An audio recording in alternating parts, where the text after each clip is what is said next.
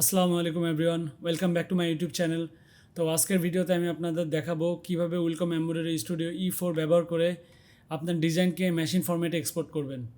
এই ভিডিওটি শুধুমাত্র নতুনদের জন্য, যারা জানে না কিভাবে উইলকম এমব্রয়ডারি স্টুডিও E4 এ যে কোনো ধরনের ডিজাইনকে মেশিন ফরম্যাটে কিভাবে এক্সপোর্ট করতে হবে তাদের জন্য।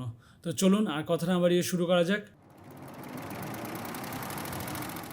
তো প্রথমে আমরা আমাদের ডিজাইনটি ওপেন করার জন্য আমরা প্রেস করব Ctrl+O।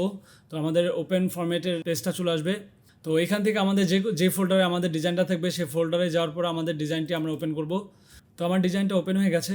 তো সাধারণত আমরা আমাদের যে ওল্ডার ভার্সন ওয়েলকাম E2 ছিল, সেখান থেকে আমরা এখানে ফাইলে ক্লিক করার পরে এখানে সেভ এসে যাওয়ার পরে আমাদের এখান থেকে আমরা ফাইলটা সেভ করতে পারতাম।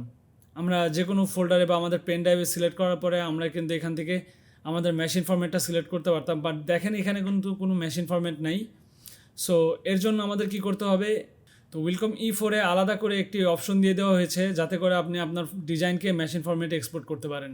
এর জন্য আপনার এখানে এই যে লোগোটা দেখতে পাচ্ছেন, এক্সপোর্ট মেশিন ফাইল, এই মেশিন এক্সপোর্টের এই লোগোটাতে আমরা ক্লিক করব। এখান থেকে ক্লিক করার পরে আমাদের এখান থেকে আমরা যে পেন ড্রাইভে বা আমাদের যে ড্রাইভে ডিজাইন দিতে চাই সেটা সিলেক্ট করার পরে এখান থেকে আমরা যে কোনো ধরনের ফোল্ডার করতে পারবো। চাইলে এখানে রাইট বাটন ক্লিক করার পরে এখানে নিউতে যাওয়ার পরে একটা ফোল্ডার দিলাম। তো আমরা এখানে ফোল্ডারের নাম দিয়ে দিচ্ছি ডিজাইন ফাইল। তারপরে এখান থেকে আমরা ডিএসটি ফাইল, যদি আমাদের তাজিমা মেশিনে আমরা এখান থেকে ডিএসটি ফাইল দিব, অথবা 12 দান হলে এখানে 12 দান ইউ আছে। আপনার মেশিন অনুযায়ী, আপনার মেশিনে যে ফরম্যাটটা সাপোর্ট করে সেই ফরম্যাট অনুযায়ী আপনি দিবেন। এখানে আছে 12 দান তাজিমা TVF। তো এই ফাইলটা সাধারণত টুইন সিকোয়েন্সের জন্য আমরা দিয়ে থাকি।